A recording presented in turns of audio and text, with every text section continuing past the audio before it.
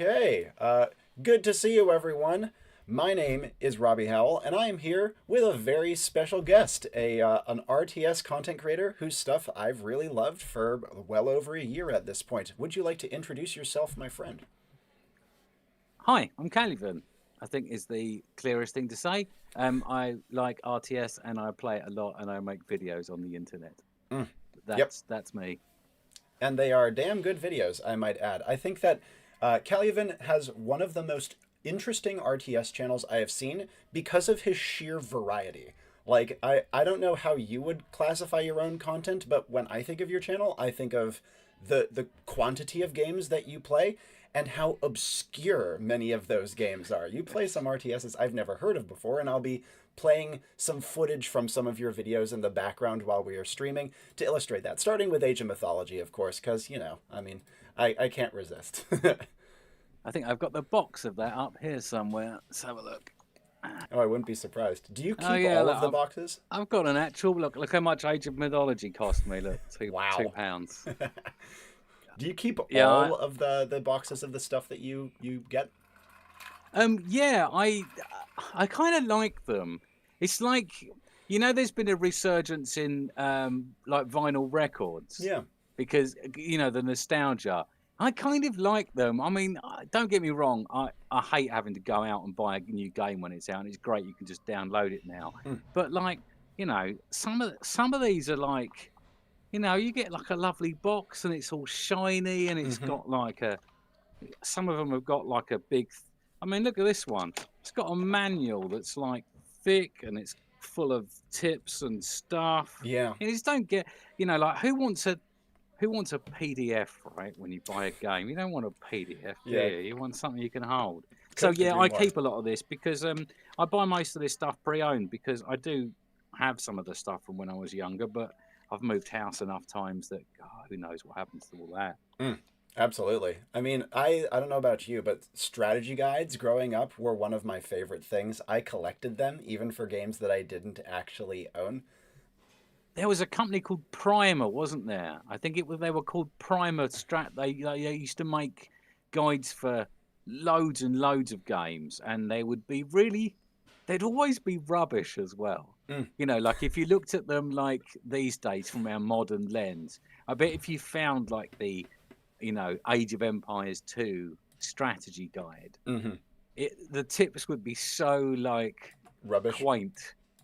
Yeah. They'd be so like, don't forget to build archers to shoot at long range. They'd be really, really, they would be nothing useful at all to like a modern audience. Yeah. But back then they were a lot of fun.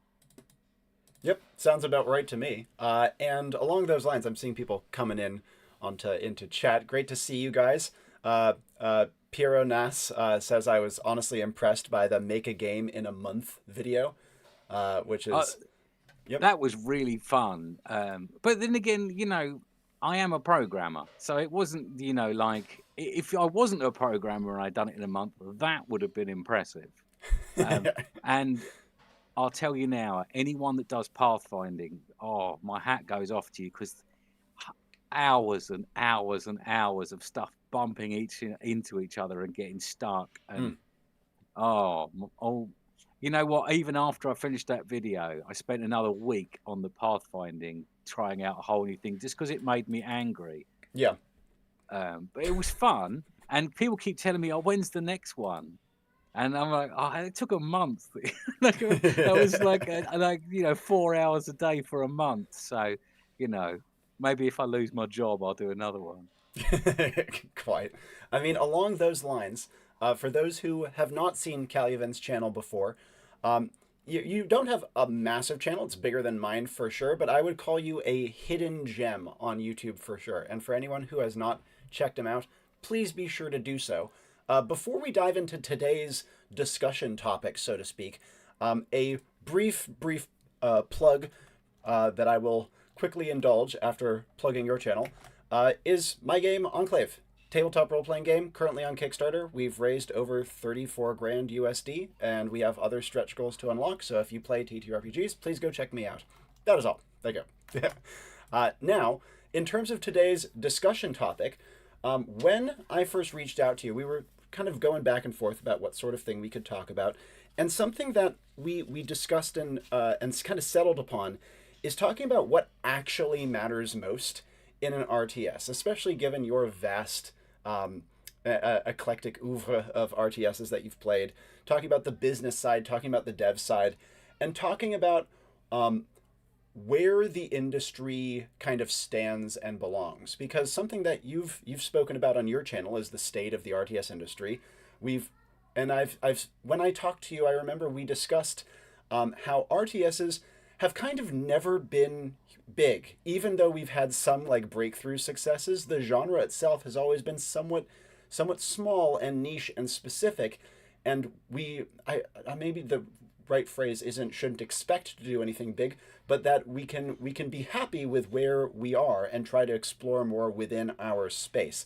I think I might be misrepresenting that. So if you'd like to jump on that and correct me if I'm wrong, I'd love to hear your thoughts on the RTS genre more broadly before we discuss what RTS games really need. So yeah, I think that's pretty right. I think that's mostly accurate.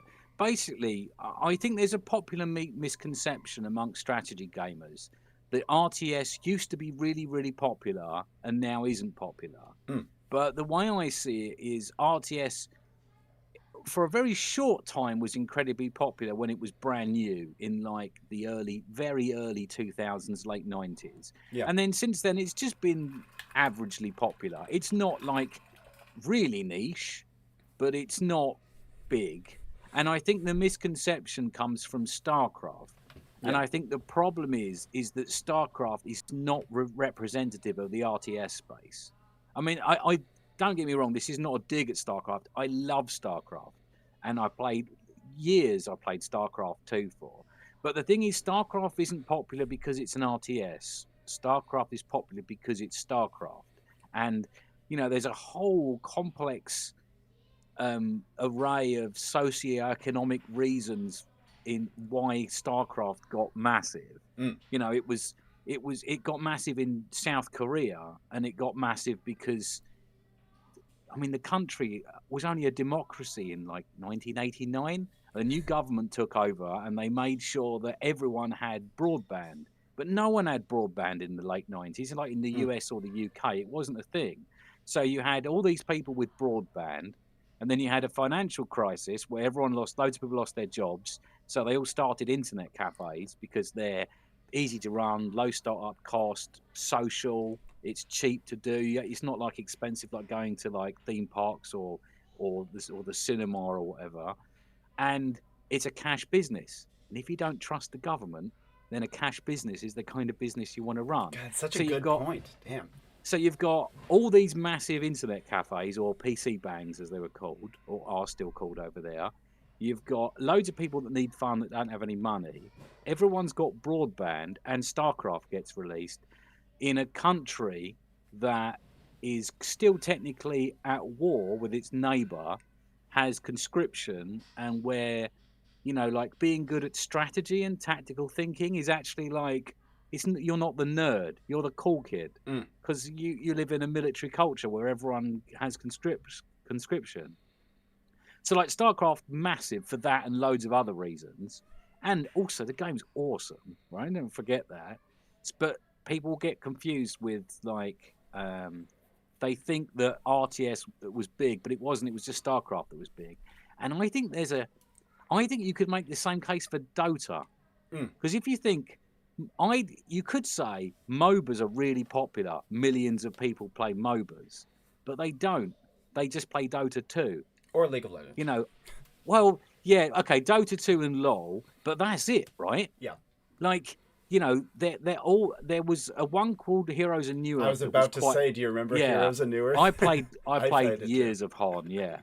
So that was popular for a while. And there was all these other ones that came up for a little bit. You know, and then they disappeared. I think Blizzard made one, right? Yeah. Storm? No. Heroes of the Storm. Heroes of the Storm. Paladins, and there's a couple of others like Paragon was another one, like a first-person-y one. So yeah, but I think RTS isn't in an amazing state, but I don't think it's ever been in an amazing state. I think it just is. It's just like it's a small niche, and we've got quite a lot of games we can play. And I think that's all. I mean, and it's not like it's that tiny. I mean, Microsoft make RTS games, so the Yep. Blizzard, like the biggest people in the industry, make. They might not be making lots of them, but They do make so them. Yeah. they do make them. Yeah. A quick thing So to chat. yeah, The go on. game Yeah. in the background is called Zed, which is from 1996. This is all footage from Calyavin's channel that I'm playing in the background because, again, he plays some of the most cool, obscure old RTSs I've ever seen. So I'll be cycling between them, and we'll try to cite them when I do. Pardon the interruption. Please carry on. I want to just quickly say something about Zed because I Yeah, love please. this as a fact. Is it would have been released a year before Command and Conquer if it didn't get delayed, which is quite interesting because that would have made it, like one of the. It might have made the whole scene different, right? If that Yeah. arrived before Command and Conquer, and it's like when they made it, a whole thing fitted on a floppy disk. But Wow. so the reason it was delayed is because CD arrived as a format, and they were like, "You've got to fill that. You've got to fill those 648 extra megabytes." So they made all these FMV cutscenes just to fill the space of a CD-ROM. But the game was done ages. God It was damn. they're an old British. They were like a tiny British company with like 3 developers or something, and they made a sequel a lot later, and it was terrible. That's a shame. I mean, well, the fact Yeah. that a group of a tiny dev studio of 3 can make what is honestly quite a competent RTS. I've watched your video on it. It has its It's problems, right? But it works. surprising, but it really looks like an arcade game, doesn't Yeah, it? it does. And It and really because does. all they've made before are arcade games, and I love that about it. It really reminds me of loads of them old cabs that um you get like I can't remember some of the names, but like those sort of it's a Yeah, different. like Raiden or something like that with Yeah, the it's flame like shooters. it's like an alternate reality RTS. If things had gone differently, maybe they'd all look like Z or Z, depending on where you live. Yeah. Actually, Piro Nas in comments mentions the learning and execution curve of RTS is too high for the modern average gamer. What do you think of that in terms of RTS's nicheness? Well, the problem is like, does that matter? Because if there's lots of people playing, then it doesn't matter if it's really hard to learn because you can just play against someone who is in the same boat, Mm-hmm. I guess. So I don't know about that. I think it might make it more daunting to learn. Quite. That's the problem. Especially if And it's I think highly that's competitive. Yeah, and I think that's one of the reasons why StarCraft was initially popular, because it's one of those games that's really easy to understand the basics. Obviously, there's layers and layers and layers and layers of depth, but the basics is like, move dudes around screen, Yeah. trip other dudes, build dudes. I'd say And that's similar with like League of Legends, especially more so than Dota 2, is that it's extremely easy to pick up, and even if you suck, it's pretty fun just to like goof around with your friends or even play against bots, and then the try hard like sweaty stuff comes in once you get really invested. I think that's the trick to making a really good RTS, is making one where it works on every level. It's there's a It's a bit like, so the problem is like if you go like tabletop, then there's a problem with like say Warhammer 40,000 Mm-hmm. where it's great when you're playing with friends and you don't really care who wins. Yeah. But then when you go into a competitive tournament mode, Oh God. it's all weird, It's really and then weird. it's really weird. And then you get people trying to flush their weighted dice down the toilet, and Yeah. I've read some weird stuff anyway. And And that's all on top of the what, $500+, 200 hours to paint the bastard's startup cost yeah, to get to that point. and the problem is you've got to try and write rules that are fun for your friends to play casually and for the pro people. And I think that's the difficulty with the RTS, is coming up with a system that works, at every level. Whereas if you're playing like a first person shooter, it kind of is a self-correcting, because people are bad at the game, don't move around properly, and they miss all their shots. Mm. And you can just correct for that by letting them play against people that also move around badly and miss all their shots. Totally. And game in Yeah. the background now is Starship Troopers Terran Command. Again, this is all coming from Calyavin's channel. Something that Eric puts in chat is the kind of easy to learn, hard to master dynamic. And Godflesh also adds, I believe people put too much importance on reaching a wide audience. just make a game with a healthy player base and you're set. What do you think about that? It's just like the musician thing, isn't it? You know, do you write a song to try and get everyone to like it, or do Yeah. you write the song you want to write and then get the audience to find you? Hmm. Um, it's difficult. I mean, really, you should. I think the problem is if you pander to everyone. It's the classic. If you pander to everyone, you pander to no one, and you end up making something generic. Mm. Because if you try and please everyone, then you're just going to make something really black. Well, I mean, this is exactly the problem with like every AAA game, right? Mm. You know, it's mass market appeal, and you know, it it which is why they sell them with advertising rather than quality. And they're not bad games, but they're not exciting games. Yep. And I think if you look at some of the smaller strategy games, not necessarily RTSs, but they're really popular, but in their niche. You know, if you look at like the Warnos and the what's that other one? All those sort of like the ones that like like things like Hearts of Iron is a great example. Mm. The people that like Hearts of Iron Love it. really like Hearts of Iron. But if you're not really into that and you try and play it, you look at it and it's just like looking at a mass of confusion. And I know this because I feel the same when I load up Hearts of Iron. I played loads of Stellaris, and that's complex. But Hearts of Iron, you look at that, and there's just no frame of reference, and the tutorial is so rubbish, doesn't teach you anything. Mm. So yeah, I think you have to go niche, but not too niche. Unless you're a small studio, then obviously if you're a small studio, you don't have to make a lot of money. You know, like Terran Command is a bit niche, and when that came out and people found it didn't have any multiplayer, all they were angry. Who makes a single player RTS, right? Mm. Well, they did, Yeah. and you know what? It made sense because there's two developers and an artist, two developers, one artist, one musician, and like an animator or something. That's Yeah. it on Not that freaking team. bad for that team. Yeah. So you think, well, if they tried to make a multiplayer RTS, it would have been bad. But they had just enough budget and skill to make a really good single player one, and I think they managed that. So yeah, niche, but not too niche, because otherwise no one will ever play your game, and there's nothing sadder Quite. than the game that no one plays, right? Yep. Another comment from our king in chat, which is Suzerain is another example. It's very niche and appreciated by a lot of different people. Um, and then Piero adds, I have to oppose the view that making something that's just goodwill to give you a good following and low money, at some point you'll have to go for mass appeal to break even. I actually kind of I see where you're coming from, but I do think that there is a way to get better than break even um, without going big. And it's something that I've learned more from the Kickstarter side of things. Because obviously, while I'm in tabletop role playing games, there is something kind of similar there, which is that it doesn't take a tremendous number of people loving your work to make it sustainable. Now, don't get me wrong, I'm not there yet, right? But I've seen people, I've met people, I've observed people in the industry who are. And obviously, getting, like, showing someone liking something enough to spend money on it is actually quite a high bar. And Mm. therefore, it's not an easy thing to do. It's going to take time. You probably will need to advertise. You'll need to play your cards wisely. And it's not like you can just shit out anything and it'll work. But if you have something that's actually good and you do a good job of putting word out about it, and you can get 1,000 people to buy your game, you might have something on your hands. If you can get 2,000 people, yeah, you might be able to start to think about making it sustainable. If you can get 3 or 4,000, suddenly that's looking actually sustainable. And that's just to buy your game. We're not even talking about sustained play. We're not talking about trickle effect. We're not talking about word of mouth. And yeah, thousands are big numbers. That's not something to sniff at, even in this world of millions.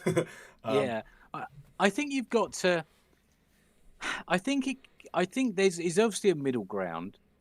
Now, if you think like if you had a studio that consisted of like half a dozen developers, half a dozen artists, and a couple of admin, it's going to cost you a couple of $1 million in wages and and fees and rent and everything else to alone. run that Yeah. studio. Now, if to earn that kind of money without cuts, you're going to have to sell several 100,000 copies of a game every year Oh yeah. to break that or to make a decent profit. Now, I think you can do that if you design smart, because the difference between like, like I think that there's loads of features that people pack into games that cost an absolute fortune to make, but don't really make it sell that much better. Yeah. Like, if you go and look at a Blizzard game and the credits, and go and look at the animation team that do all the full motion animations, there are more names in that than there's more names in that section than worked on every Command and Conquer game put together, and I think that like you've got to identify where you're gonna get your bang for your buck from, and make sure that like you can go quite big, but if you try and go mega big, I think the game's going to be disappointing. And if you try to go too small, it's going to be a bit of a niche. I think ideally there's a British studio called Slitherine who they published Terran Command, and they only work with like, I don't know what size you'd call them. They're not indie developers. They're not like one dude in a shed, but they're not 100 guys. They're, studios of 5 or 10 or 20. And I think that's the kind of level where you can get a really solid game that can make a decent amount of money, but isn't that huge, like mass market Disney level of, genericness. And that publisher's been in business for 27 years without going bankrupt, Oof. which in like gaming is pretty It's impressive, pretty right? good, yeah. We'll take it. Something that this Yeah. reminds me of is, have you heard people talking about how mid-budget films are a lost art? Where like the only films that you see are ones that either cost a gajillion dollars or ones that are a shoestring and like somehow manage to like squirt onto the mainstream. It's a wild fluke. But back in the day, you'd have a lot of mid-budget films that had money put into them. They were millions of dollars, but they weren't hundreds of millions of dollars. Well, do you know the budget for Terminator was 7 million? I think. Yeah, it's crazy. Like nowadays, that doesn't even get you the cart that serves everyone coffee, on the set. I mean, like, the problem is with films is like, it's just finding they exist. I suspect I probably watch quite a lot of those sort of like $20 million films, because I think they're the kind of ones you see pop up on Netflix and stuff you haven't really heard of massively. But the problem is, it's really easy to make a 50 quid film look like it's one of those films, and the problem is you're just drowned with dross and it's really hard to find them. But Seriously. I think you can do it. I just think the problem is when you're dealing with a big studio, it's just they're too big to fail, which means they have to everything has to be like Call of Duty money, like billions of dollars on a single product, which is just mad to me. Yeah, But seriously. yeah, you really want, when you look at some of those films, and they don't even do that well. Mm. You just think, couldn't you have made like 100 better films? With that But exact budget. it's not. It's just not the industry we live in, right? Quite. Real quick, game in the background is called Desperados, another gem from Calyavin's channel. That is a gem. That's hard as well. That game. Beautiful art. Holy hell! It's I like, know. I love the aesthetic. There's just something about those isometric games that just look so. I mean, like that version I got on that video. That's not a remaster. That's just the game. Yeah. And that's the nice thing about them isometric graphics is when you load them up 30 or 20 years later, they still look all right. Mm-hmm. Whereas you load up a 3D game from like 2000 and it's like, oh. Not my favorite. Yeah. I think it's because they get to choose everything, It's like it's a lot more arty than modelly. I think it's great. I mean, it's a bit of a the game wouldn't pass the political correctness. There's definitely a few scenes in there that if they did a remaster, I guarantee you they'd They'd remove. cut it. Yeah, I could see it. Yeah, because it is a bit like, it's still a good game, but Mm, don't go and meet the old Chinese man is all I'm saying. sure, I can imagine. Uh, Along those lines, Piero in chat mentioned as long as you're not pulling a Frost Giant Games, you can do fine. Did you follow the Frost Giant Games saga? No, have they done something horrific? Because I love their game. Well, I've played Frost Giant. Well, one's Frost Giant. Is that That's the? Stormgate. That's I the new only. one. Yeah. Oh, okay. So, what do I know about Stormgate? I know that it wasn't going to do well Yeah. because they developed it backwards. Um, I don't know what they've done. I don't know what they've done apart from what I thought they'd do. I presume something terrible has happened with them. It was a matter of grave mismanagement of resources, I think would be the best way to put it. I think their lead dev went on record saying something, don't quote me on this, but something along the lines of, we tried to put everything into the game and all of it came out half baked, where they were trying to like make Oh, I a thought that was a triple A different. game. Like, Oh, I thought that was a different game where there was another. There was a few RTSs that were coming along at the same time, and I know one of them just disappeared off the face of the earth completely. But I think Frost Giant were. I don't know what's happening with Stormgate. I got bored of it because I've already got StarCraft. pretty much like that's a pretty good analog to that, and that kind of like wraps us back to the intro of the premise of the stream is, what do you think matters most in an RTS if we had to boil it down? I mean, the I think the core thing is everything. I think that's the problem. So like RTS is a complete thing, and I think it all matters. Mm. And therefore, if you focus on any one part of it too hard, then it's going to fail. So, like to some people, RTS is a really good single player campaign. To some people, RTS is like comp stomps with their friends, where they're against, like 7 AIs with 200% resource bonus and they have to hold out. Yeah. To some people, it's, just like bot matches. To some people, it's online, like 1v1 death matches. And to some people, it's a bit of everything. Some people, it's like mods, custom games and like weird things and stuff. And if you look at all of the really good RTSs, they're normally a complete package, and the bad ones aren't. So, like Age of Empires, doesn't matter what one. Well, not the first one. That's too long ago. But Mm. like, you know, the reason why they've re-released Age of Empires 2 with a different name 7 times is because it was really, really good, right? There was like a HD and a super HD and a definitive and a really definitive and a modern thing. There was loads of them, weren't there? But the reason is it's a really good game and it's got all of that. It's got all the custom stuff. It's got a good campaign. It's got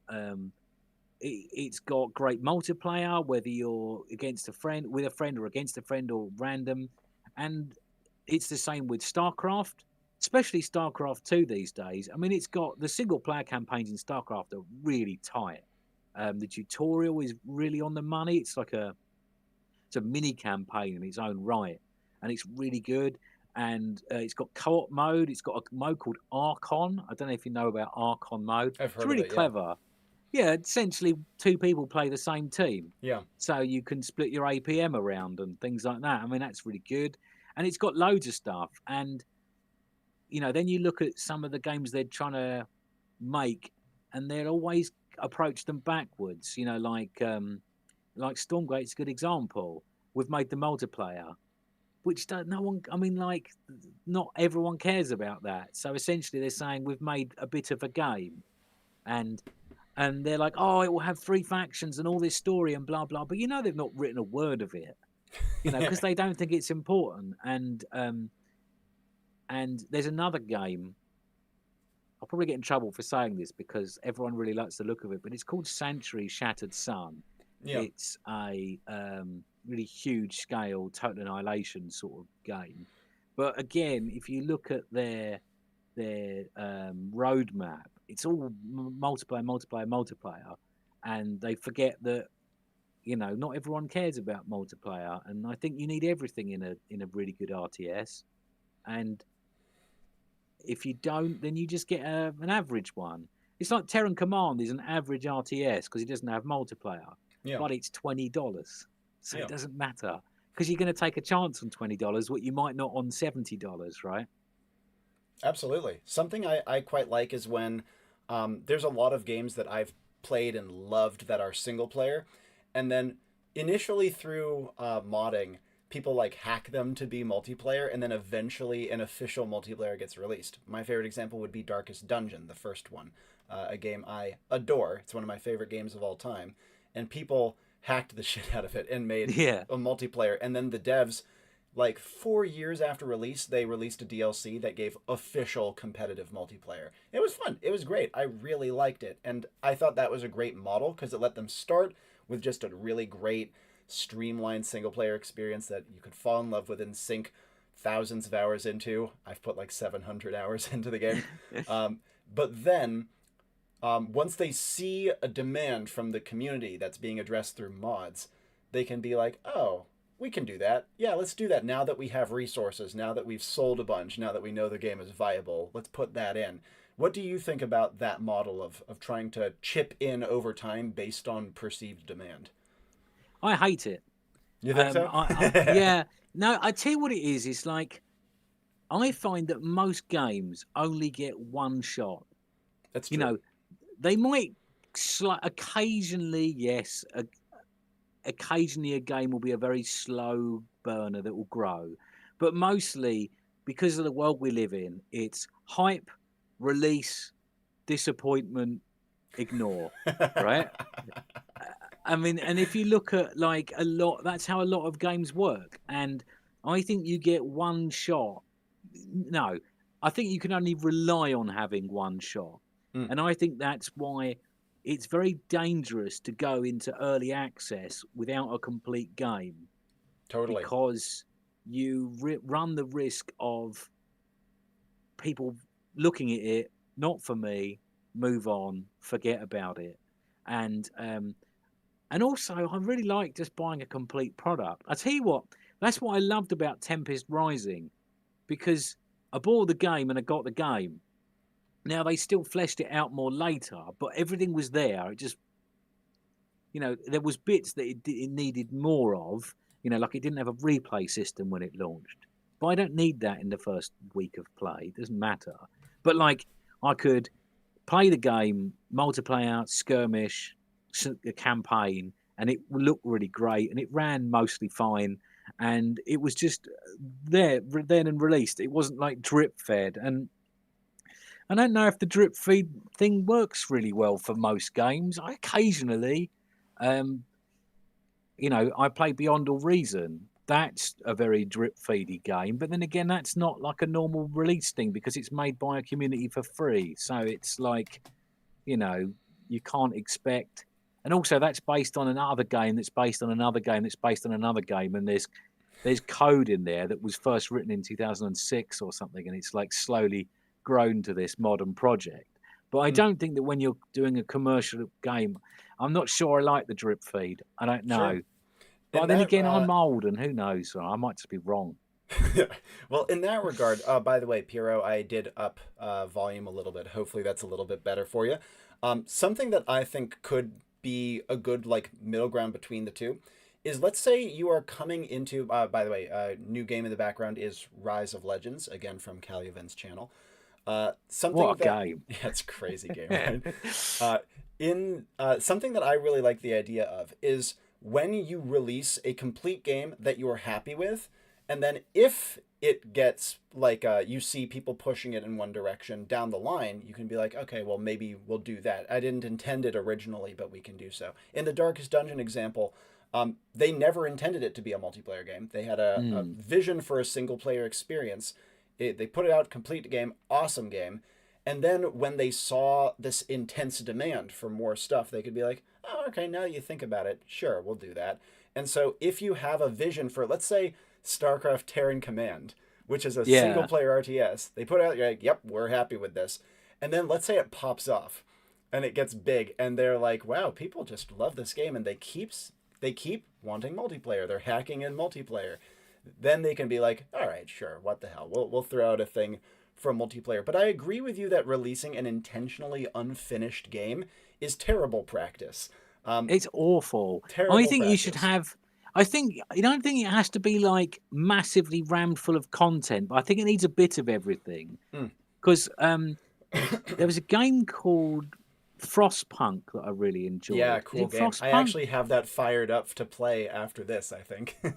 So Frostpunk's brilliant, and but they released the DLC they released. Each really grew the game, and you know the original release wasn't quite like the finished product, and they did it in quite a nice way because at least one or two of the DLCs were like pretty substantial with a whole new missions. Like it's not really a mission; it's like a campaign, I guess. It's a Mm. bit weird.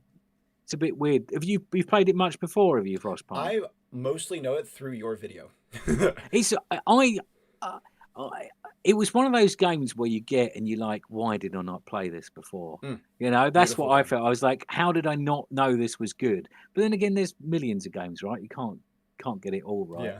And so yeah, I quite like that kind of thing where you include the thing and then you expand on it in the DLC. But like having big chunks of it just missing, you know, like oh, we're not doing a campaign, we're not doing single player, or we're not doing co-op. I think there should be a bit of everything Mm. because then I think you can actually see, oh, people are doing this a lot. That's our next going to be our next DLC. You know, if the co-op's massively popular, but people are like, oh, I wish there was more co-op, then you can add more co-op. Um, In that regard, you mentioned earlier that again, StarCraft Terran or StarCraft, yeah, Starship Starship Troopers Troopers Terran Terran, Command. yeah, God damn it! That game, it did not have a competitive multiplayer, and yet given any its, yeah, multiplayer, any multiplayer, and yet any given its multiplayer. price tag and like its scope of ambition, it ended up being fine. In that regard, do you think that we should be shooting for fine more in RTS? And do you think there's a way that you can get a complete package on a budget? I think you have to develop to your budget. See, I think if you're a small studio and you've got half a dozen employees, then you can't. I think you can drop multiplayer. And I know that sounds weird, but like I said this in a video a while ago. If you go and look at the stats, most people don't play multiplayer. Yeah, You know, like it's in, true. I think Company of Heroes I looked at, well, this the achievement for playing like one auto match game is like 14% of people have got that achievement. It's like 85% of people have never played a multiplayer versus game. Yeah. And then when you frame it like that, you think, well, how difficult is it to balance multiplayer? Really, really hard. Mm. If you've got, especially if you know, unless you've got just like one faction. And then how hard is it to write all the net code and host all the servers and figure out all the desyncing and all the anti-cheat? That's a lot of work. And I think if you've only got a team of half a dozen people, then not doing the multiplayer is a lot worse. I think it's a lot. I think that's a lot. There's a lot worse things you can leave out than multiplayer because if you're a tiny team, you know, if you've got 30 of you, then yeah. But if you've got six, I don't think. I think that's too small. And I think that people need to be okay with fine. You know, like you know, it doesn't have to be the next StarCraft or nothing. You know, there's a Yeah. middle ground. You know, like, I mean, how many average films have you enjoyed? Loads, right? Tons. Yeah. Tons of My average favorite films. films of all time, I would imagine, were made on a rather low budget, No, I even don't mean adjusted for budget inflation. wise. I just mean a film that was all right. You Oh, know, like it just wasn't it's brilliant. okay. It was I just see all what you right. mean. Yeah, no, Yeah, to you be know, honest, I'll say I'm unusual in that I'm extremely picky with films. I will walk out of a film if I do not like it. But I think I'm oh, an anomaly. no, I don't mean you didn't like it, but I mean you thought it was all right. You probably wouldn't. see it Oh, I see. twice. So not like all Yeah. right by like objective standards, but all right by my standards. I Yeah, by sat your own through it. Yeah. standards. All right. Yeah, you Oh know, yeah, oh, that yeah, was all totally. right. There's been tons that I've been like, yeah, Yeah. that's fine. What do you think that film? Yeah, it's all right. I enjoyed it. Do you want to see it again? No. Mm. You know, and I don't mean like you don't want to see it again because it's like, like Schindler's List. Amazing film. Don't want to watch it a lot because Sure. it's too Yeah. depressing. Exactly. Or, or, You or aren't gonna watch it every Downfall or day. something like that, right? I mean, I thought Downfall was a brilliant film. Do I want to watch the Goebbels murder their kids every weekend? No. Not really. So, but I mean films that are just like, that was all right. I enjoyed it. No, that's a good way of putting it. It's something you pick up once in a while rather than something you're Yeah. obsessed with and you devote every hour of your day to. Yeah, because like, not the same way that not every game is going to be, you know, Terminator, or Terminator. Not every film's going to be Terminator 2 or Aliens or any of the other classic brilliant films. Mm. But there's loads of rooms for all right films. There's loads of Alien 3s out there, and I think that like games can be fine. It's okay to be fine, but the problem is it's not okay to be fine if you spend $500 million on it. And I think that's the problem. Is like the studios need to find that right level where it's like I can make a good game, we'll make a small profit, and it'll be fine. And we're not going to replace anyone else, but people are going to enjoy it. And I think that's exactly what Terran Command did. And you know what? There's another game. It's not an RTS. It's a space strategy game called Battlestar Galactica Deadlock, and that was exactly the same kind of thing. It was a small studio with half a dozen people. They made a pretty good game. It it didn't have the kind of things you'd expect from a game that would have cost 20 times as much. It didn't have loads of FMV and fully acted and beautifully animated characters and everything, but it was quite a good game. Mm. And because of that, they made a few DLC that sold quite well, and they updated it for 5 years before they moved on to the next project. And Yeah. I think there's plenty of room for that. I just think people have got to be. I think half the problem is the audience. I think audiences have to be like, it's okay to pay $30 for a game that will keep me entertained for 25 hours or 20 hours.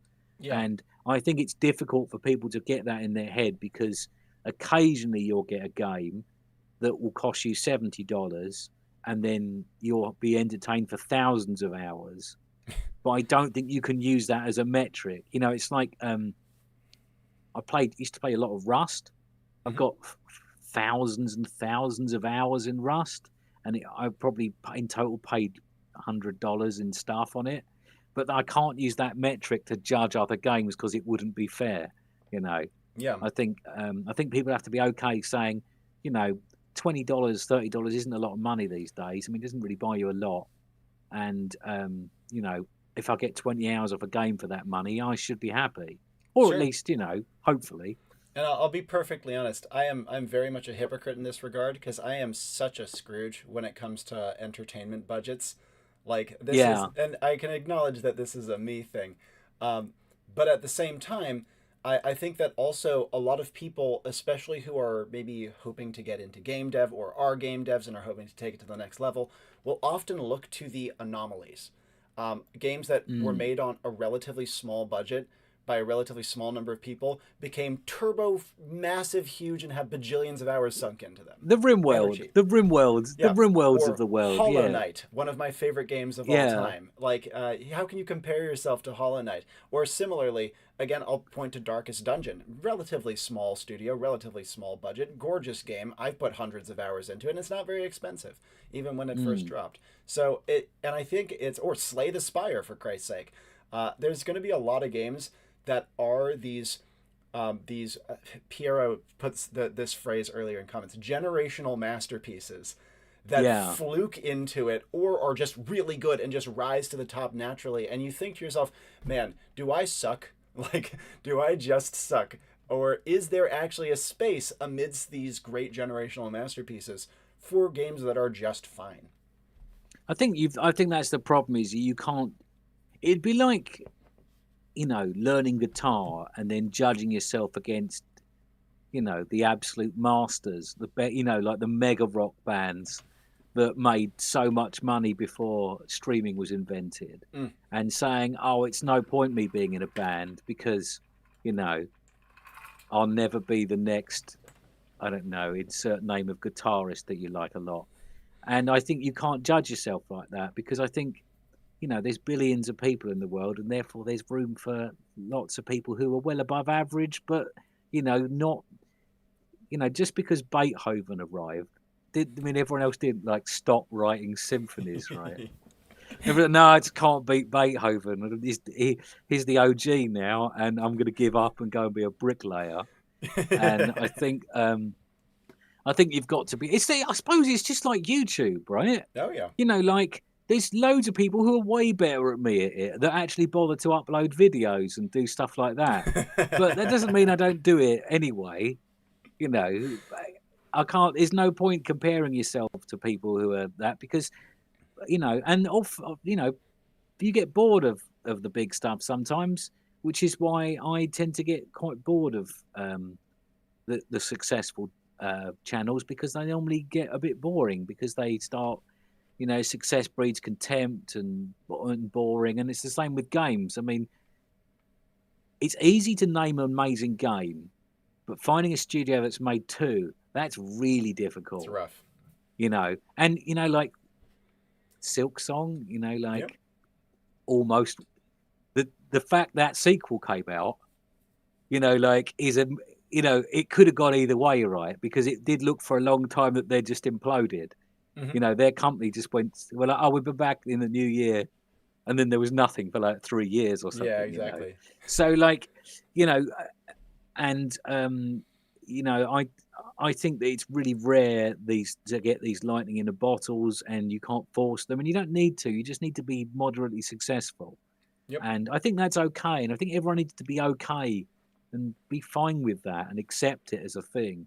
And I think some people aren't. Some people are like, oh, there's no point playing that because it's not as good as other game. But I mean, I love games, but I still get bored of them and move on to other games for a bit. I'll come back to them or whatever. But Of course. you know, everything on my channel I've played. You know, I don't just sort of like pick a random thing and then think I'll play that. You know, like it's all because I used to play it and I got bored of it, and then someone reminded me that it existed again, and I thought, oh, I'll play that for a bit, Mm, and then I think there's plenty of room for that. But you totally. just got to not be too tight with your money. That's the thing, Mm. and you got to remember that, like, you know, ordering a pizza costs almost as much as buying one of these games, and you know, you got to frame it in that sort of mindset, right? I'm Yeah. not going to use the cup of coffee analogy because that's overdone. But like, you know, if you order Domino's or something, you're not going to get, you know, I bet you there's a few decent games you can get for the same price as a Domino's or something. Oh, absolutely. Something that Eric mentions in chat is that comparing games to movies isn't accurate, of course, because you spend more time on games than movies, and I think that's true. But I think it's that you can still strike to a similar analogy in terms of effort in return out. And if anything, I think that if you are like an aspiring creative, um, you probably have a better chance of doing something great in games than in movies in general, because movies are so wildly difficult to crack into unless you're happy just being part of crew. And you can make good money doing crew stuff, coming from the film business in the past. Um, Yeah, I mean, it is hard. That's the problem with entertainment is it's really hard to compare media. oh yeah. Um, like, how do you compare, you know, value for money compared? How do you compare like a cinema ticket against a Netflix subscription, against a Spotify subscription, against a video game price, against let's pick something with against an hour at Laser Quest, Mm. or or or you know, like an afternoon of golf.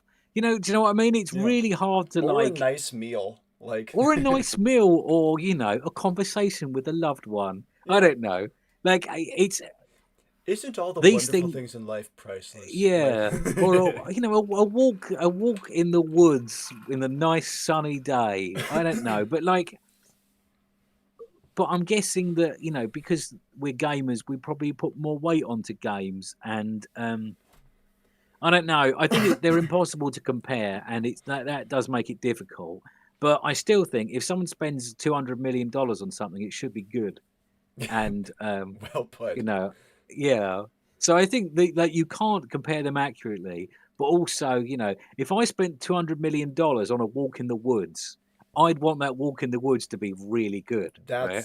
That's a quite In a fact, hell of a walk in the woods. if I spent if I spent $20 on a walk in the woods, I'd still be like, what did that $20 pay for?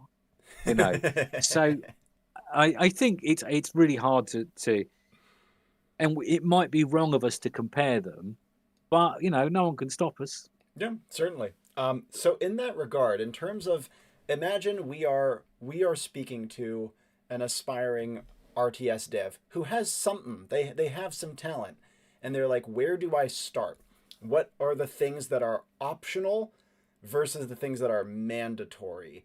Um, I would say for me, the most important thing that you can start with when you are building an RTS before any of the content that the player sees is make Yeah, sure that the tools and the interface that you create for making your RTS content, campaigns, scenarios, random maps, civilizations, whatever, make sure that's well done.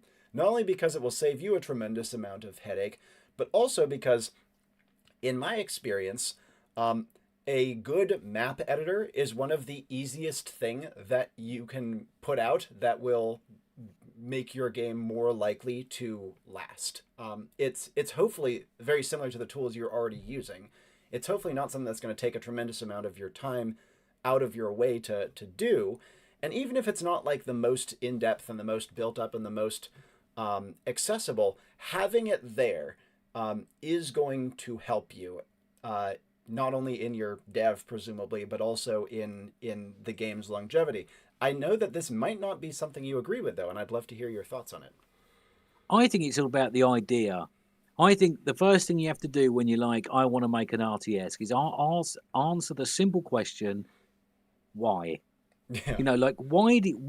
What can you offer that all the other RTSs don't do? Like why would people want to play your game? Because I've definitely played a lot of small people's projects, which is basically like, oh, I copied this, but and that's no Yeah. one's gonna care about your game if it's just a copy. Um, you need to, and it doesn't have to be like, I've got this entire new way to disrupt the industry with a completely brand new idea, but just something, like why? Just that's the three letters, why?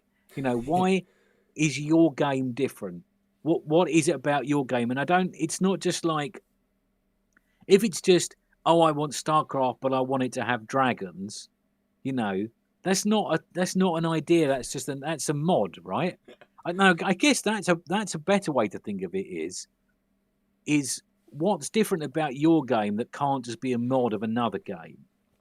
Yep. And I think that's an important question, and it's probably quite easy if you're creative. And if you can't think of an answer to that question, then maybe that's not what you should be doing, because I don't like, if you think about all the popular smaller games, they've all had something interesting and different about them. They've all got something that makes them unique. And I think that way before you put finger to keyboard and make any code, um, it's it's going to be all about having a solid idea. And I don't think I want to copy X game is a good enough one. And a lot of people have done that. And I think that's why their ideas have failed. Whereas, you know, RimWorld works because it's just, it's unique. I played loads of like survival and city building games, but none of them are like your RimWorld. Mm. And it's the same with loads of things. Is they work because they're a bit different. And I think you have to have a solid idea, and everything else comes after it. Everything else is just procedural. And you're definitely right though. When you start developing, you've got to do a map maker, because Yeah. God, you've got to make, because also, like, you're going to have to make maps for yourself. Yeah. It's I free mean, like, replayability to open that up to the rest of the players. like the map maker that came with Command and Conquer was the same map maker they made all the missions in. Exactly. That's Like, because that just makes loads of sense. hmm So yeah, I think from a design point of view, got to have a good idea, and even if that takes ages to come up with, that's worth it. Totally. Real From a quick, game in the yeah, background is Frostpunk, by the way. Well, your video on Frostpunk 2, God, which I starts love with a summary of Frostpunk. Frostpunk 1. Pardon me, just want to mention because I saw it in chat. But please carry on. Yeah, no, I all I can think about is Frostpunk now. That game affected me. Have you ever had a game like affect you? Oh, You yes, know, I like certainly made you have. have an emotion. I think that game made me have an emotion. Um, and it was a shame that the second one was really good, but it just didn't. It's the problem with lightning in a bottle, right? You know, it's hard to replicate these things. But Mm. that original Frostpunk, that really, they were still, I don't know what it was. Just a brilliant, just an absolutely amazing Like you game. said, the There's something idea about is that. there. There is a The profound idea idea. is, yeah, and it's because what see what they did is their novel concept was this ends. You know, there's people, a lot of people complained about bits of the game because it ends. You know, it doesn't go on forever. After a time, it ends. But the fact it ends makes the whole game work Mm. because later on in the DLC, they added a mode where it doesn't end. And what happens? Gets boring Yeah. because, but because it ends, and well, not just ends, but because it basically it's like a story that ends in a climactical event, and you have to survive the climactical event, and then it ends. It makes the whole game work because now you're not just making decisions that are like, oh, what's the best out long term decision? It's what's going to get me through the crisis. Mm. You know, it's not just, oh, well, X plus Y, well, this generates 40 wood and that only generates 20. So, of course, we have to get the early investment in the 40 wood because that doesn't matter because you haven't got to last forever. And it means you can do loads of these things that are terrible, but they'll make you survive just an extra day. And that day might be enough. And that's what makes the whole game work is the fact it ends. Yeah. And I That's a think cool that's a point. really it's a brave choice for a game as well, I think, because obviously stopping the game when people are enjoying it is, you know, that's hard, right? It's It like when is. people write a TV series and there's that tendency just to keep renewing it until they run out of money or viewers, Mm. when really what they should do is have a nice ending. And I think it's quite a brave choice when you say, you know, this series is really popular, it ends now, Yeah. you know, Totally. and That's actually something Eric just said in chat. You either die a hero or live long enough to see yourself become boring. yeah, yeah, and that's it with Frostpunk because the whole point is it's not, you know, you're not the second game isn't like that so much. The second game is a bit more long term. It's in years rather than days or months rather than days kind of thing. But you know, the original Frostpunk is like, you know, I don't care that this isn't a long term solution because it's going to get me through the night, Yeah. you know, and that's all that matters at the time. Exactly. And And it makes you feel things that yeah, suddenly it makes hits you you with have an something. emotion, and that's good. And so yeah, and you know, I don't think they were a massive studio. I don't think, you know, not like massive AAA, you know, millions and millions of dollars studio. I think they're Mm. like middle of the road kind of thing. I've forgotten the people that make Frostpunk now. That's I'll all I look it can up. think is Frost. Yeah, all I can think is Frost Giant now. It's just thrown me that you said Frost Giant. It was made by a thing called, I believe, 11-Bit Studios. 11-bit studios. Yes, that's the one. Well AI'd. Um, I think they did a Wikipedia, great which is job. hardly Oh better. yeah, yeah. Well, and the Wikipedia, I I I love Wikipedia. Mm. I use it for all my videos. Yeah. Not like copy it, but like I follow all the little. I did a video about giving bots emotions in Age of I know. Mythology. I saw that Yeah, video. It was a great and video. I only knew about that because there's this one line at the bottom of the Wikipedia article that says in some 2016 a scientific study was blah blah blah. Blah. I was like, really? That Follow sounds the link. Yeah, interesting. Yeah, Wikipedia follow. is great for links. I Yeah, love it for that. yeah, follow the link and find the story. Mm. Um, so yeah, I think that's it. You've got to have a good idea, but yeah, you're right. I know from a procedural point of view, you've got to have a map, mate. Got to let people customize stuff, right? Yeah, You know, exactly. Though I will say the idea thing, I'm a bonehead for not mentioning that because you're obviously correct. And again, in TTRPGs, a space I know a lot more about, something I constantly will say to people, because sometimes, like, if you have a Kickstarter, people will be like, hey, can I ask you some questions? Something that Yeah. I will always ask them is, why should anyone play your game instead of another one? And Well, I because think, yours is diceless, right? Isn't yeah, it? mine is a That diceless game, which is I mean, weird as hell, right? that's really interesting to me. I mean, I don't know. I presume that that's not you're not the first person in the Nope, universe to come up there's with that. others. Amber is a classic game from the early '90s that had dicelessness, but Yeah. I take a different angle to dicelessness than Amber. Very different setting, very different feel, and so I can really easily enumerate why you should play my game instead of someone else's. But if someone comes to me and is like, "Yeah, it's a D20 system," okay, let me stop you right there. How many of those are there? Tell me. I Yeah. need to know more about why yours Why aren't they? matters. Because it's either we'll just go play D&D, or if you don't like the fact that their business practices, go and play Pathfinder. If Yeah. you want a decent D20 system, If not that, go and play Savage Worlds. Go and play Call of yeah, Cthulhu. Go and play anything. Like, there's so many. yeah, But yeah. I the mean, same thing applies to RTS without a question. yeah, I think it's the same for it's just the same for anything really. And the reasons don't even have to be that magical. Yeah, Sometimes the reason can just be there used to be a game like this. It doesn't run on any modern system. I want to recreate that. bingo. That's a perfectly valid reason. Hmm. It doesn't have to be like a deep creative, like, oh, I've invented a new chess kind of reason. Exactly. Oh, my game doesn't use dice. Yeah. No, it Yeah, doesn't but have it just to. has to be, like it just has to be different. And it makes me really angry because I played a game a while ago, and I'm not going to name it because I don't want to be a dick, but it was just Warcraft. No, it was StarCraft with a Warcraft skin, and Oh. I knew how to click everything. I knew, and it was a beta or a demo or something, and it only featured multiple skirmishes. So there was no all their website. Oh, we've got 6 amazing different factions, blah blah, but rich storyline. Don't care. You didn't include it in the game, so it doesn't exist, right? You can tell me everything you like on your Twitter, but if you haven't put it in the game, I don't care. And it was just I knew where all the buttons were. I knew how it all worked because like I said, I've played StarCraft before, and it made me really annoyed. Honestly, I played for an hour, and then there was no one in the room. I was on my own. I wasn't streaming. I was just on my own, and I just remember going, "I've played this before," and I just turned it off in like a sulk because I was like genuinely annoyed. Because what was annoying about it is it looked quite nice. They obviously had some real technical talent. Mm. They had some, they were. It wasn't like, it wasn't like my RTS that I tried to make, where it obviously looks like, it came free with a box of cereal or something. Um, it had some real talent behind it, and it made me angry that they didn't use that talent for something.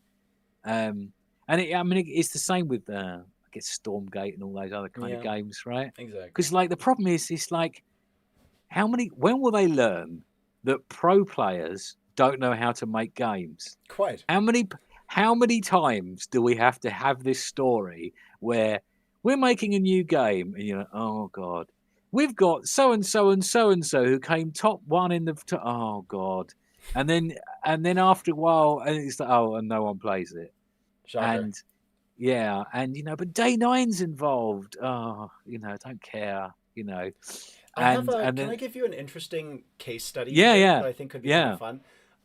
On my channel just a few months ago, I interviewed this fellow named Pronogo, who is, first of all, awesome. Second of all, he is interesting because he has modded Brood War to such a point where it's unrecognizable. Oh, okay, He has added like hundreds of units and made it a yeah. completely different game. And his mod is now popular enough that some Brood War pros are migrating to it. And so Oh, instead of that's him cool. being a pro, he is attracting pros with this completely new offering. It feels completely different.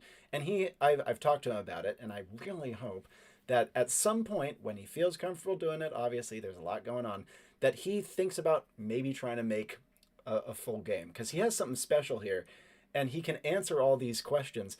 But something you mentioned earlier is, why should this game not be a mod?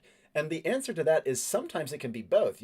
A mod is a perfect way to start a game and be like a breeding ground for a game, and it also has the benefit, kind of connecting to what we were just talking about, of already having an audience that you can tap into of like, oh, you play this game? Well, my mod is based in this game, so how about you try out my mod?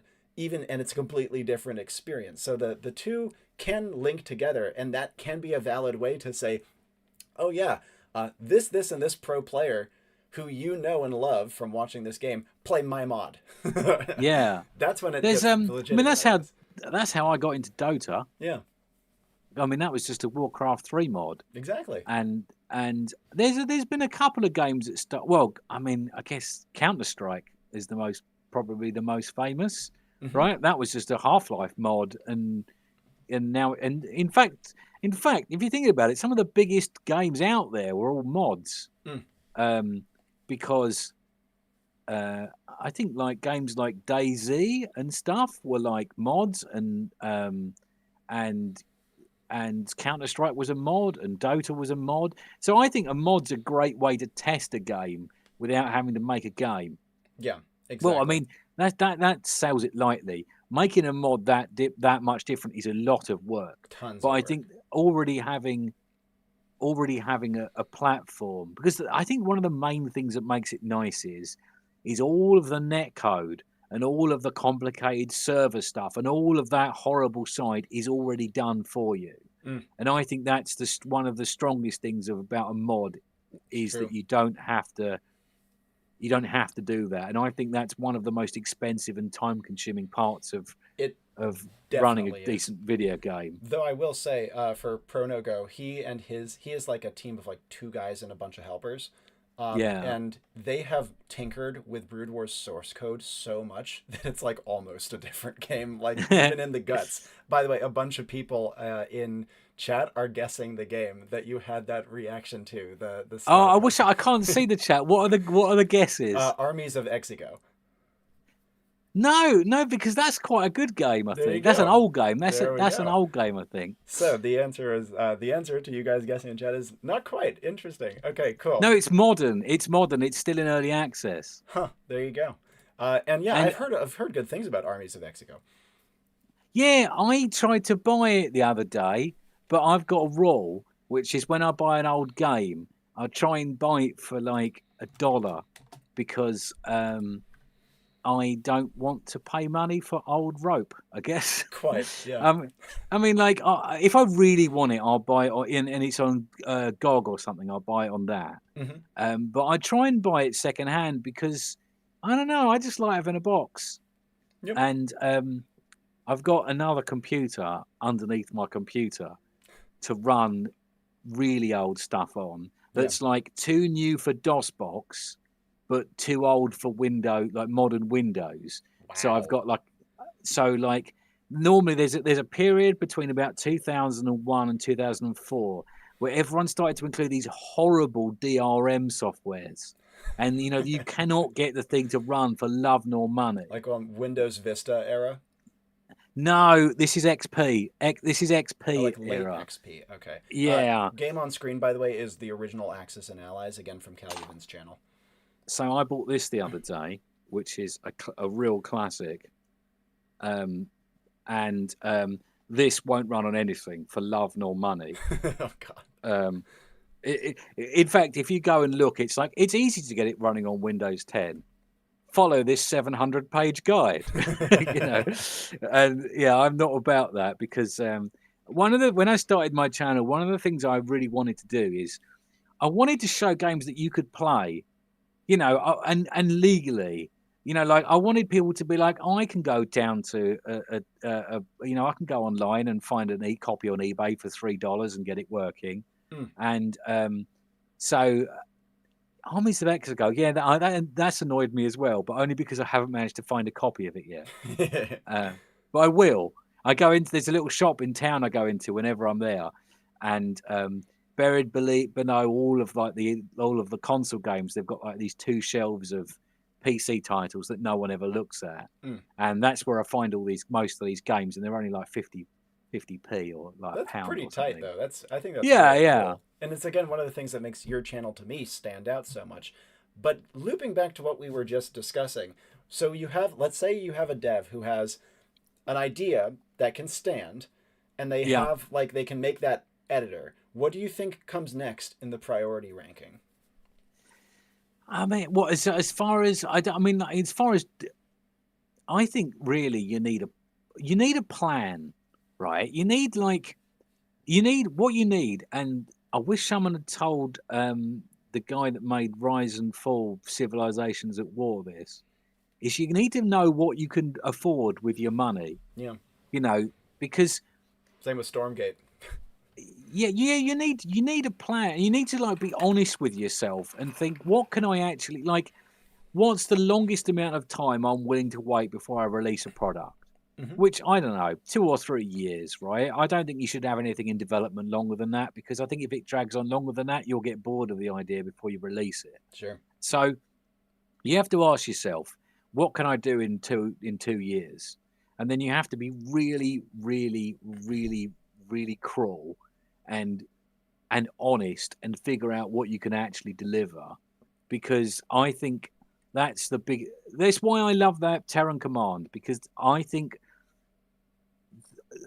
the bravery of making an RTS that isn't multiplayer, to me, that is a ridiculously brave decision. I If agree. you'd asked anyone what features this game should have, they all would have talked about the multiplayer. So the fact is, they probably looked at it and said, look, there's three of us, you know, there's a lot of work to do here. And, it's not like they're, like they're using someone else's IP. So obviously they've got to be paying something for their rights, so they've got to make money on this thing. It can't be just like, so like, and I think they made a really brave decision, and I think you have to make those decisions. And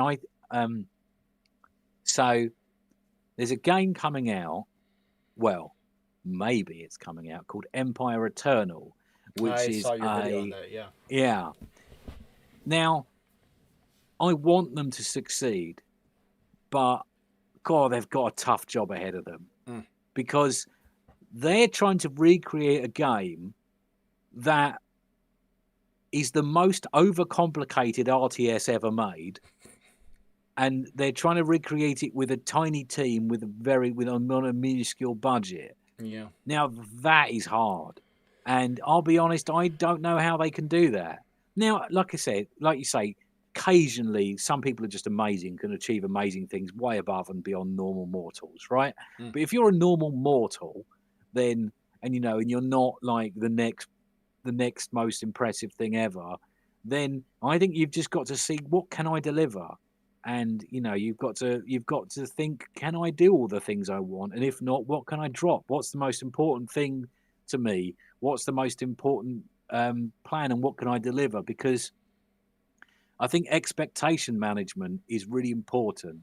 And if you say I'm going to deliver you everything and you deliver 75% of it, people are just going to hate you. Yeah.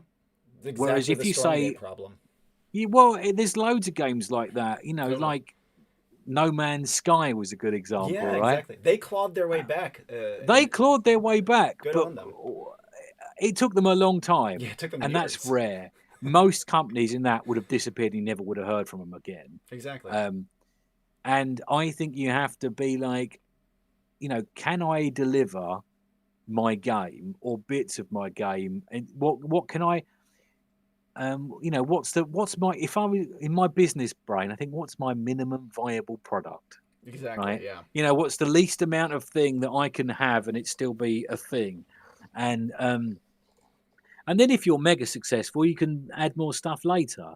So I think that before you do any development, it's all about having a good idea and figuring out what you can deliver.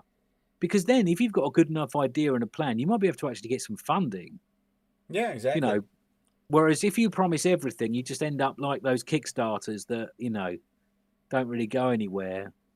Or Peterson Games. Thank you. yeah, well, many a Kickstarter. I mean, for a while, Kickstarter became, like a joke thing, Yeah. didn't it, for Scam video Kickstarter. games? Purely. Yeah, oh, we're developing the new. It was always the. Well, I mean, I'm a victim. I put money down for games that haven't been released, you know, them in beta or alpha or whatever, anything that isn't proper release. But you know, I put $25 down or $40 down on Star Citizen. Yeah. And you know, you can play that, but it's not finished. And that was over a decade ago now. Mm. Yeah, And I'm an jeez. old man now, and I don't know if I'll live long enough for that game to be properly released. Yeah, exactly right. And I feel like for no matter what like sphere you're in, TTRPG or RTS or whatever the hell else for games, if you are going to be launching a crowdfunding campaign, or obviously if you're going to try to get funding of any kind, crowdfunding, investment, whatever, you need to have a playable demo. 1000%. Yeah. I feel like there's too little trust, for good bloody reason, by the way, to Mm. not have that going in. Again, if you look back at, as another, going back to my favorite example here, Hollow Knight, when they first did their original crowdfunding campaign, they had they had the Forgotten Crossroads playable in like an early alpha state. Mm. So you could take a chunk of the first hour of the game, and that's a good way of getting people hooked. For me, I had my entire V1 of my game Enclave. It's up on the shelf right there. And I see it on the yeah. yeah, and I literally said, yeah, if anyone who wants to try the game can join the Discord, we will give you that as a PDF for free. Oh right, I thought you were going to say, "Well, GM it live." That would have I been do a that too. I have like dozens of yeah. actual plays on my channel. We have people playing on Discord all the time. But this way, you can even say, yeah, you can have the older version and see what it's like. And so I think not only is it just good practice, not only is it polite, but also I think it's necessary. And it means that there is a lot of upfront work and a lot of upfront cost. But let's say, in our little example, that they have the idea, they have the plan, and they have the map editor. Do you think, for example, that the most important thing, on average, obviously there's going to be exceptions and their plan may call them in different directions, do you think that the most important thing to start with is the campaign? Yeah, definitely, and that should be your demo. Don't release a multiplayer demo Mm, because that's way too much work, right? And the whole thing with a demo is you want to you want to pique their interest and get them excited. You don't want to give them too much. And with a single player demo, you can control the experience they have. yeah, give them With the a first two multiplayer, missions or something. yeah, all of the all of the best games used to give you a little bit of demo like that, just and give them a little bit of single player campaign. Mm, The original Command and Conquer came with the first, third, and ninth mission as a demo, nice. and Red Alert came with three missions as well. No multiplayer, no FMV, just literally into the game, three missions. Here you go. No tutorial, no explanation. Because the thing is, go figure it out. It's a demo. You know Yep. how hard can it be? And and I think that's how you should do an RTS. I think you need a demo. If you're going to do a Kickstarter, you need a demo. And if you're not in a good enough place to get a demo out, then you need to get a different funding. You can't rely on crowdfunding without anything to prove. Yeah. Maybe you can get away with it if it's your second project and you know you've got form for delivering. But if it's your first project, I think you have to get to that single player demo on your own. And I think that yeah, just like 2 or 3 campaign missions. That's all you need. I think Tempest Rising had 2 missions or something like that, maybe. Yeah. And that's all you need to get excited and to prove that, like, you know, you got some skills. You know, you can get some units and things look nice, and you've got proper artists and Yeah. animators And that you have like a and nice that kind of stuff. feeling engine that is Yeah, going to be smooth to play on. and In also hire Frank Kaplaki to do your soundtrack because everyone loves his work all the time. Um, and the other guy that everyone really liked is too expensive because he's worked on Bethesda games, yeah. so you can't hire him. Jeremy Soule, that's the one. You can't hire him anymore. I think he's too expensive. And along those lines, oh, pardon me, in chat, Matthew just said that at one point he made a StarCraft clone back in college that was humor focused, went single player, and it was rough to try to get reviews for it that were anything besides, oh, where's the multiplayer? And as he puts it, yeah, it was a solo dev. I'm not going to have enough people to have a proper multiplayer. But then apparently later on, He talked to the creator of a game called Loria, I think, and they almost like handed over the engine to make a sequel. Because yeah, like it's a cool story, and I really hope you do well with that, Matthew. But if you decide to go in that direction, um, I would say try. I'd say the engine might even be more valuable than the IP at that point, because God, RTS engines are such a bastard to do anything with, as you found out on your channel when you were making one in a month. Yeah, made two in a month. Two in a month, And Christ. yeah, I mean, I think if you're making one, then use an engine that's already made, maybe, because there are RTS engines out there. Mhm. But then again, I don't know. It depends. I mean, it depends how good you are. I mean, that's the cold hard truth: is how skilled are you as a developer? You know, as a game dev, I'm not very skilled. But if you were really good at it, I reckon you could have, you could do quite a lot. And I think that, I mean, yeah, not including multiplayer. I get it. I get why people would hate on you, but I think you've just got to. But I think what you have to do instead is you have to flip the problem. You make the single player so good that they can't believe it's not got multiplayer, that they're desperate for multiplayer, because that way you can sell them a sequel, right? Yeah, exactly. You Or know, like, DLC. yeah, I mean, just make the campaign really good, like really good, because there's not many really, really good campaigns out there. I've actually got an Age of Empires one I need to play. Oh, I've forgotten the name of it. Definitive Edition's got 2 single player DLCs, right? It has more than that. I But know, but I mean the like pure modern single ones. player ones. Yeah, pure single player, modern ones.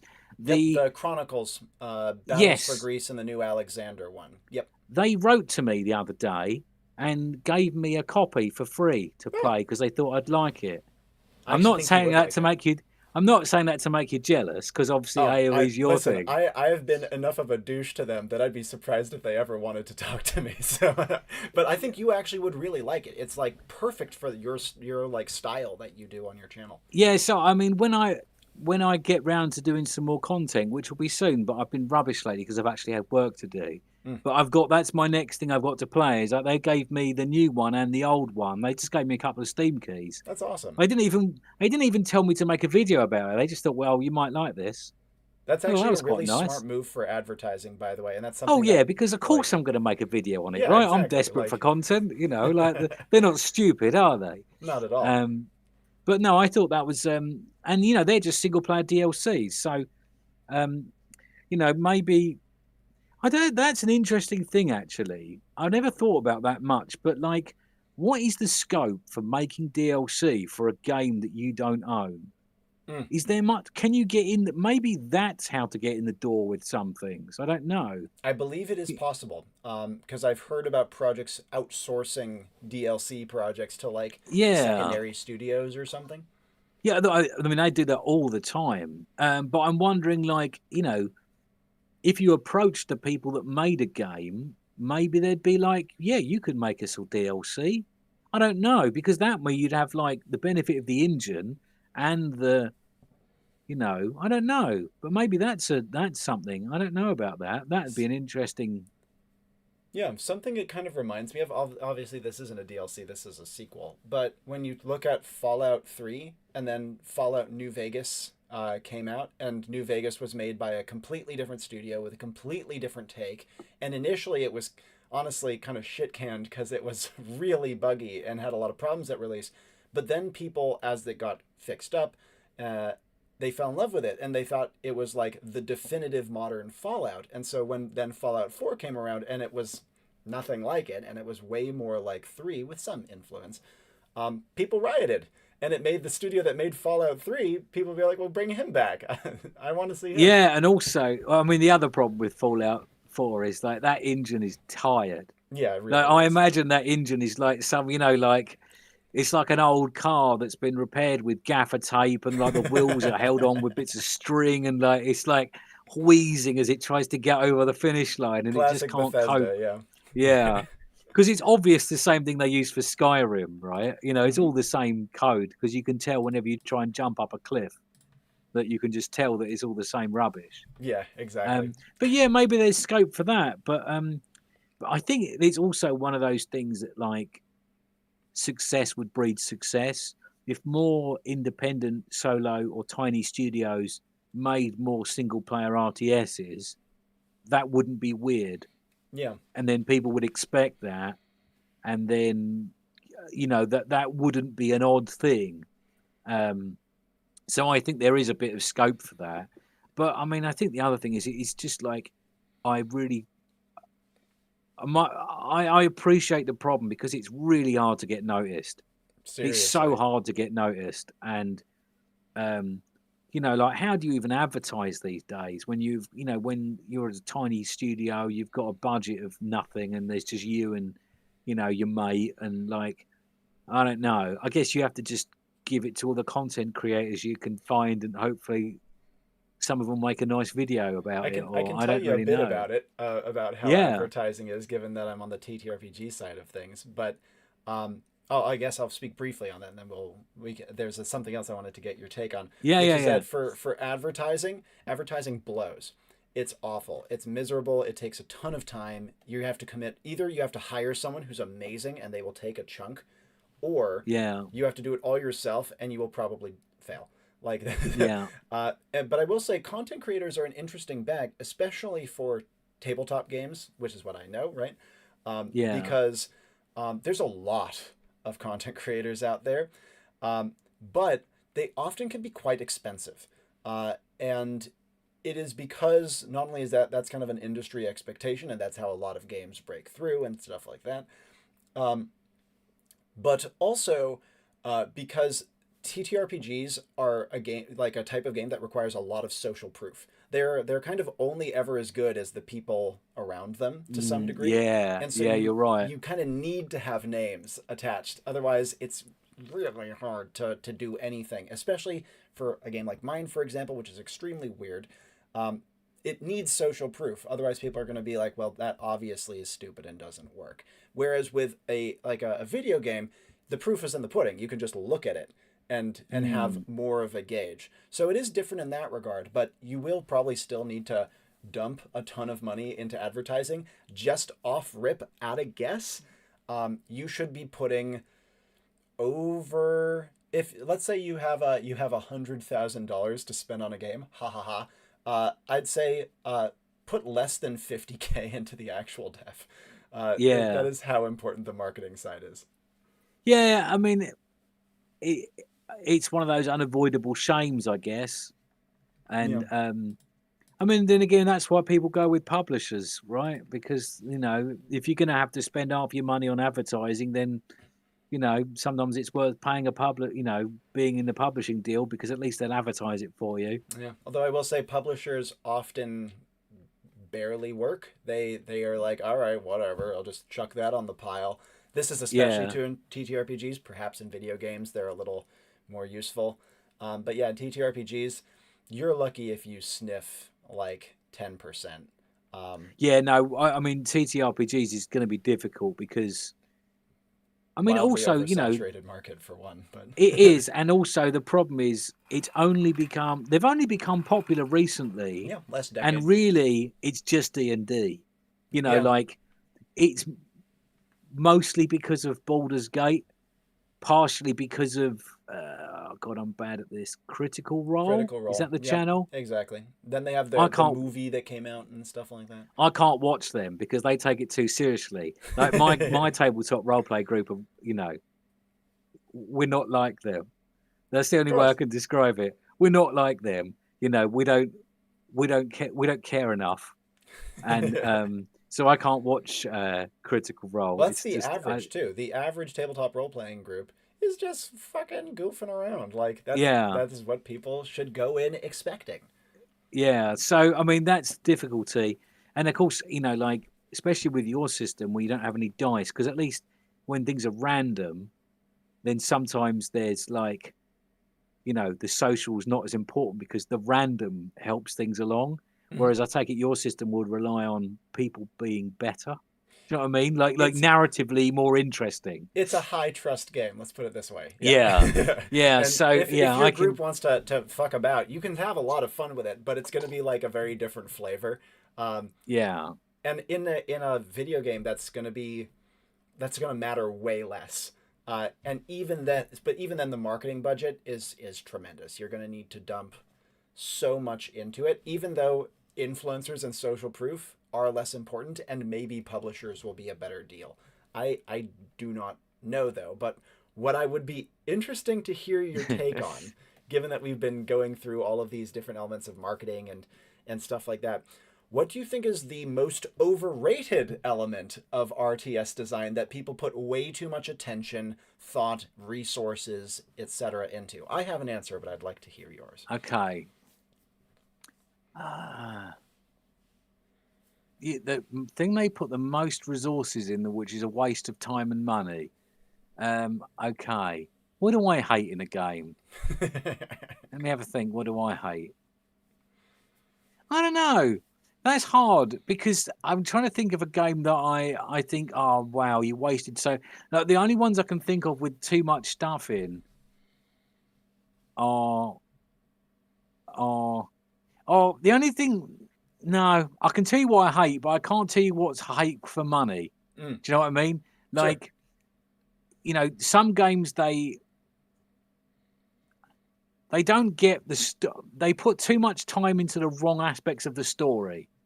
Like You what? know, okay, there's a game called Iron Harvest. Is it called Iron Harvest? It I'll might be called Iron Harvest. I will double It's check. basically like a diesel punk Yep, Iron RTS. Harvest. Yeah, so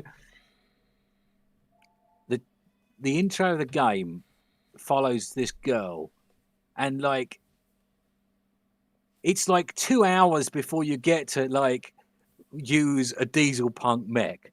And like the entire point of the game is like, I want to use a diesel punk mech. This game is diesel punk. Everything's got diesel punk mechs on it. And then for 2 hours, you have to have like a snowball fight and follow throw and like they wrote all this thing and I'm the girl. I'm so weak, but actually I'm strong and super powerful. Wow, what a twist! And my brother's going off the war. He definitely won't die. And there's a whole long thing, and then she's got a pet bear, and it's just like I don't care. Just want to control a diesel punk mech with a big machine gun that goes like chatters along and has a saw on the other arm. But it's about immersion. It's about building the Yeah, stakes, and man. I guess so. It's like I don't know. That's a really too specific example, I guess. What do you think? So tell me what you're thinking of. What do you Totally. think people put too much crap and money into? In Chimbeke in chat said the funnier part was that the mechs were terrible in that game because their pathfinding was fucked. Oh, have you ever played an almost great game that's terrible? Yes, I I feel like have. Iron Harvest was an almost. It almost was a really good game. It was almost there, but it just like everything failed, Yeah, and just it's a shame because it almost didn't fail. It's like it's like it's like a game where it's not like a scale. So let's say if your job was to like paint a house, mm. if you got it 99% blue, it's almost brilliant, right? And it's still brilliant. It's just not quite there. And But if the you'll game notice the is, mistake a lot. yeah, but even so, there's still a lot of good. If the game is, can I reach the parachute ripcord?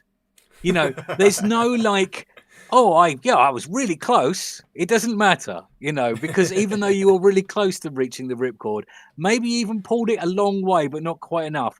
You're still going to pizza on the sidewalk.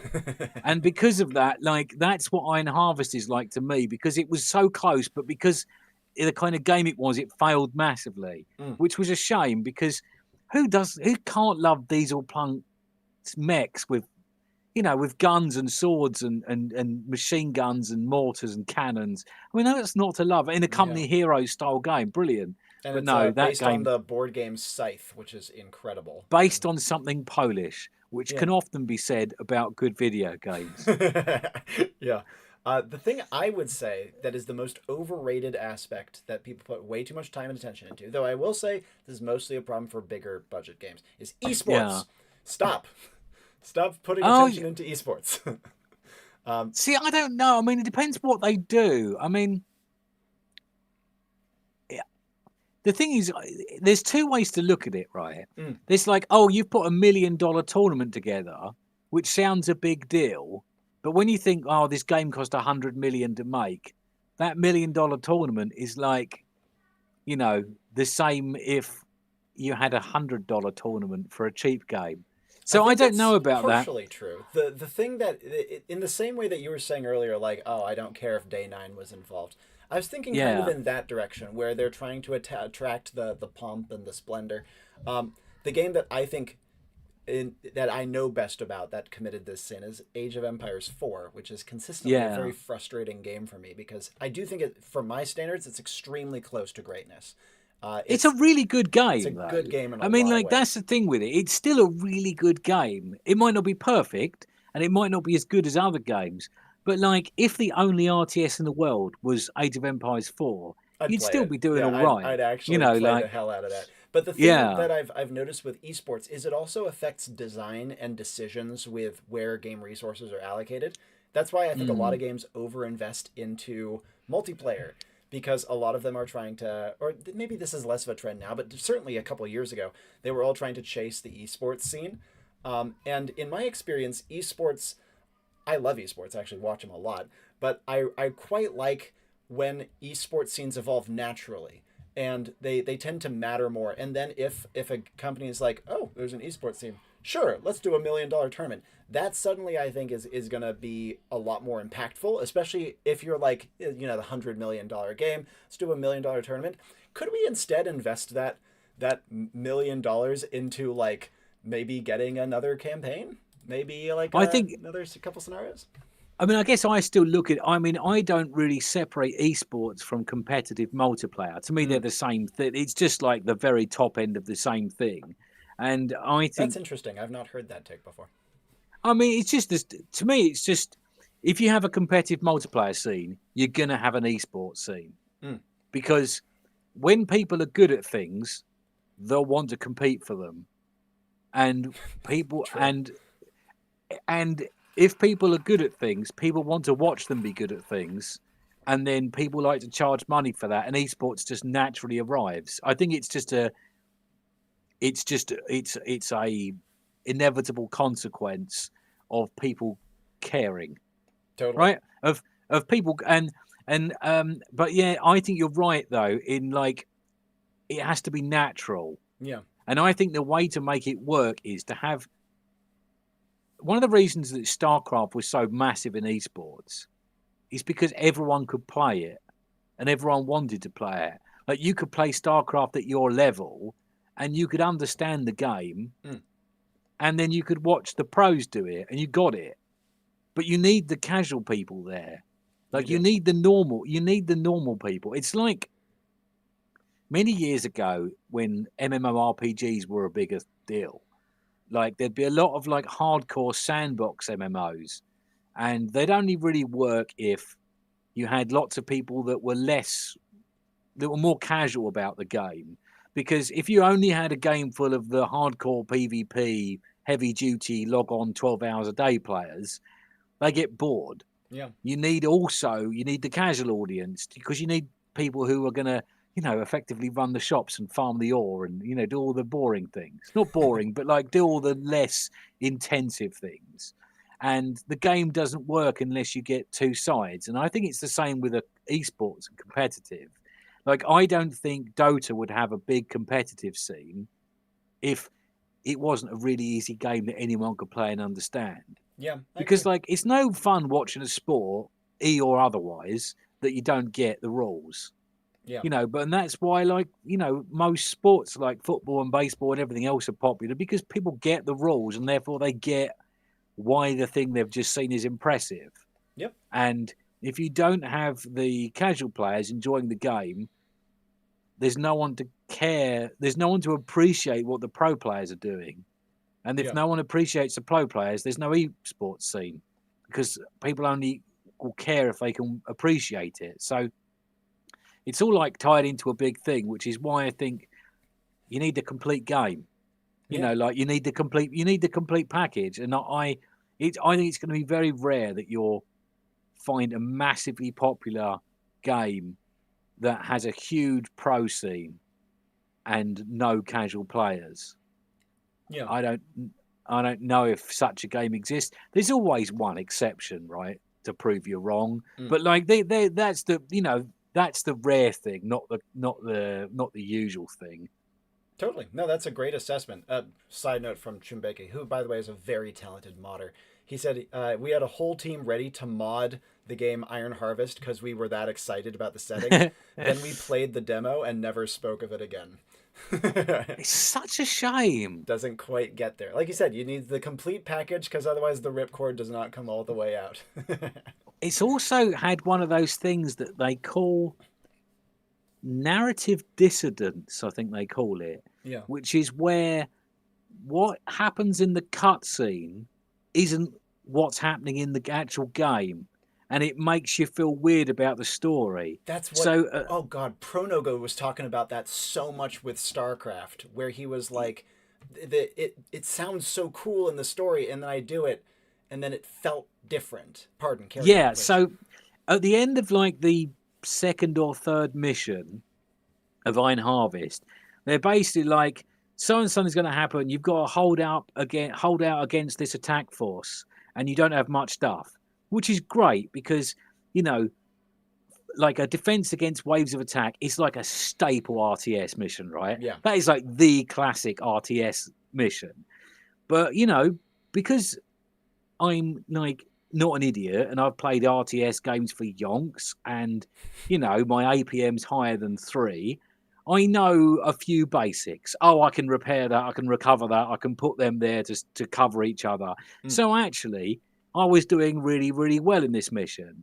Then suddenly, in a cutscene, I'm about to be overrun, and I'm just saved at the last minute by these. And I'm like, I wasn't. I was doing fine. Like I was doing really well. The classic. And then a load of stuff happens, and there's a huge, massive mech fight which you don't get to partake in. And then you're like, oh God, I hate you, Iron Harvest. I'm going. I want to like you. I played the whole thing through to completion because I played the multiplayer for a bit because I was so desperate for it not to be rubbish, but it was. And I can't believe they made me micro a snowball fight for 15 minutes in the first mission. Honestly, if you want to make an RTS player who's come to play with Diesel Punk Battle Mechs angry, give them a girl and a snowball fight to micro. That's how to make them angry. God damn. Unfortunately, we are going to need to wrap up shortly, but before we do you have any closing thoughts or remarks based on the conversation that we've had? I hope it's gone the directions you were hoping it would. I had no agenda, and I feel I've just waffled about crap for an hour and 40 minutes. So Goal achieved. I don't know. I think as I set out to achieve nothing, I have achieved my goals precisely. I don't really have any great final thoughts or words for wisdom. I just wish people would make more games and make them better and stop insulting us as players. I guess, Well like said. make stuff that's fun. Stop making rubbish. Like we know how to play RTS games. Don't give us a mission that tells us where to click to move. Mm-hmm. Don't do that. Get us straight into a fight really quickly. Make it a really good. If you're making a game, make the first mission. Don't be like, you're at the camp now. Click here to go to the barracks and pick up a crate of weapons. No, don't give me that. Give me something exciting and sudden and explosive. And like, go and play Company of Heroes 1 and do that. What's the tutorial? Oh, you're invading Normandy and everyone's getting shot by machine guns and everything is exploding. Wow. Open your game like that, like get in hard and fast and don't muck around, and stop trying to make StarCraft again. That already exists and it's really good, but it already exists. Yeah. I guess that's my closing message. Those are great closing remarks. Thank you so much for taking the time, Calvin. It's been a pleasure getting to talk to you. I love your content. And again, anyone who is watching, please do subscribe to Calvin's channel. I'd say you are a true hidden gem of the RTS genre. And you feature a whole lot of hidden gems of the RTS genre on your channel as well. So please go check them out. And as a final plug on my end, if you play any sort of tabletop role-playing games, please check out my game Enclave, currently on Kickstarter. And with that, as always, my name is Robbie Howell. Thanks again to my good friend Calvin for jumping on over. and ciao for now.